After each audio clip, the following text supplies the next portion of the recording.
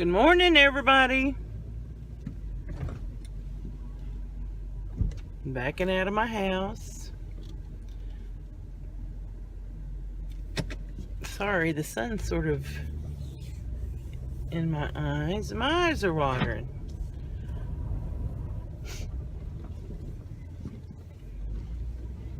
It's another car vlog here with Mama Karen.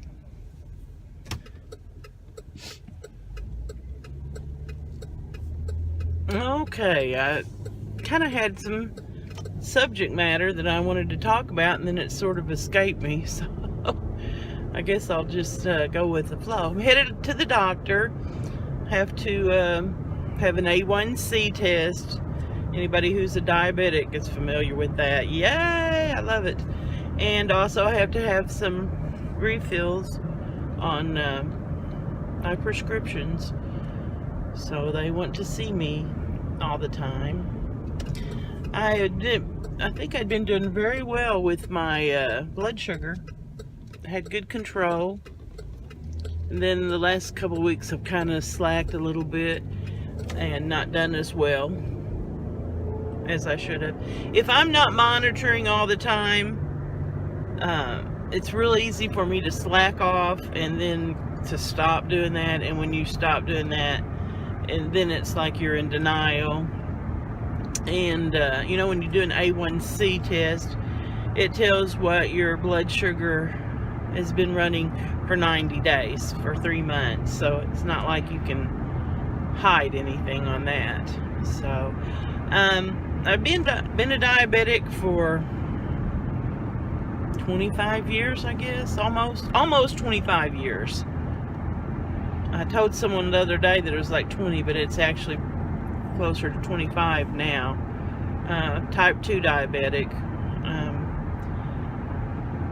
I've been on varying degrees of medicine. Most of it has a lot to do with weight, whether your weight's down or whether it's up. And right now mine's up a little bit. It's not my highest, but it's certainly not my lowest. Sorry, that left eye waters continually. It's also my weak eye. So where was I talking? Oh, I was talking about my diabetes. And folks, that's no fun. And if you can avoid it in any way, I hope that you will do that. Sugar, yeah, I don't even eat that much. I hardly ever eat sugar. Now, yesterday I did eat a slice of apple pie, but generally I'm not a big candy person. I mean, I could be, but I try not to be, because I know how bad that is for me, and it's so damaging to your body.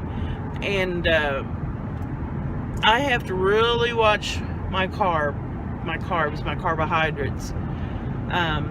There for a while I was doing a keto type diet, which is high fat, low carb, which, you know, I don't know, I guess just because we're so used to, you know, the food pyramid, that just seems foreign to me and seems as if, you know, maybe that's not the healthiest route to take. But boy, it's the best way to control my blood sugar. I do like meat, and of course, who doesn't like fat and cheese and all that? But sometimes it was hard to get enough fat into my diet. You know, I can eat cheese and I can eat meat, you know, but you have to, you know, I don't drink coffee, so there's no such thing as putting butter in my coffee. And yeah, that's what the ketos do. They put butter in everything because they're trying to get that fat up. And the premise on that diet is that instead of burning your sugar or your carbs, you're burning the fat in your body. And I'm going to talk to my doctor today and see what she thinks about that. Because again, it goes against just what we're taught, you know, as a part of our nutrition. So I need more information about that before I decide what plan I really want to try to follow. I've done so many plans during my life, it's not even funny. I've done calories, I've done Weight Watchers, I've done a little bit of liquid diets, not much of that. I didn't last long on that.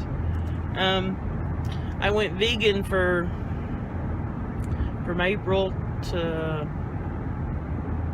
September of one year to April of the next year, and I lost 35 pounds. And my blood sugar was really good, but my neuropathy was worse than it had ever been. So that made no sense to me. So I didn't stay on that for long.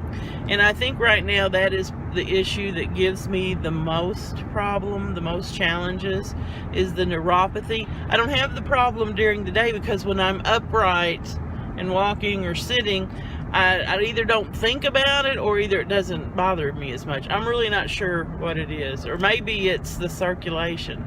It could be that as well. Gosh, my eye keeps watering. But when I lay down at night, the neuropathy just, I can't sleep. It's just a misery. It's not what I would call a terrible pain or anything of that. It's just a constant tingling. You've seen in the doctor's office where it shows a foot covered by thousands of bees, and it's just like bee stings, and that's what it is. Of course, it's not. I probably don't think it's as strong as that many bee stings would be, but it's just a tingling sensation. I don't have issues with wounds on my feet or anything of that nature. I don't know, I guess maybe I haven't gotten to that point yet. Lord hope I don't, but I don't have any problems with that or with not healing. I am slow to heal, but I haven't had a problem like that. In my vision, every time I go to have my eyes checked, my optometrist, she always does the health check of my eyes, and she says that at this point there's no effects from diabetes, and I hope that continues to be the case. I also have some issues with kidneys. I don't have any problems with urine or anything like that. It's just when I have to go, I've got to go, and I better go then or there's a problem. That's the thing, and I don't know how much of that I can attribute to diabetes or how much of it is attributable to my age. And I've also I've had a complete hysterectomy, and so I know that that's something that happens a lot of times with women my age. And speaking of age, I'm going to have a birthday on Saturday, and the number is getting high. The number's getting high. And I can remember when that age at one time in my life, I would have never even thought I would live that long. That just goes to show you how naive I was. But the number's scary, but I'm so thankful to be alive, and I do, other than the diabetes and some of the complications from diabetes, I have good health. I feel good most of the time, and I can't do, of course, like what I once did. Who can? When you get over 50, girls and guys, that changes. You just cannot do what you once could. But health-wise, I'm feeling fine, and I'm lucky there, I guess, because I know a lot of people who are my age or even younger who have far more health problems than I do. I know a lot of mine could be better controlled if the weight was lower. Who wouldn't be? I think I would like to be lower. I'm not talking about just for vanity's sake. I think just for your health, I'd like to be a little lower. I don't have any problems walking or mobility, but I can see where down the road that unless I keep active, I could see where that could be a problem. So I guess this morning, I was just going to basically tell you about my diabetes and that I'm on my way to the doctor. I left the baby with her pawpaw. She got her new glasses on Friday, and boy, did she throw a little fit a couple of times. She did not like them, but she's getting better acclimated to wearing them, and they're just as cute as they can be on her. It's hard to fit a 15-month-old baby with glasses. I mean, it has the strap on it on the back, and they're made out of a real soft plastic. It's a certain brand. I can't think of it off the top of my head, but it's made only in Italy. And the glasses and the frames themselves are real, well, not the lens, I don't think, but well, they may be the lens. I actually haven't felt the lens, but the little strap, they're kind of, it's a very thin, rubbery consistency, so as, you know, if she falls and stuff, it won't injure her. But boy, they're thick. Or they appear thick to me, and I couldn't see anything out of them. So I was worried that when we first put them on, because I think her problem is for distancing, because we've always thought that she could see up close, because she'd pick anything up off the floor and try to eat it. But she didn't seem to struggle, or, you know, her close vision seemed to be fine. And, you know, she didn't fall down or wasn't overly clumsy. It's just she didn't like them on her face. So we'll see. I certainly hope that they benefit. You know, I've been trying to keep an eye on her to see if I can notice whether her eye turns in. Hers is mostly muscle imbalance right now, and she was a preemie, and so we don't know if that's, you know, perhaps what caused this issue, or if it's heredity. Who knows? And probably won't know. But we're just dealing with it. And I think her parents have an appointment to take her back to a specialist, I think early December. So we'll see if there's any change in this. They're going to try several different alternatives before they go straight to surgery. And, you know, that's, of course, what we want to try. So I'm getting ready to be here at my eye doctor, not my eye doctor, at my doctor's office in just a minute. So I did want to stop in and kind of briefly talk with you about my birthday that's coming up, diabetes. And I would like to, you know, if you're not aware of the complications and the issues that come with diabetes, you know, I hope that you will investigate it and look into it, because this is not something that I want for my friends. Not at all.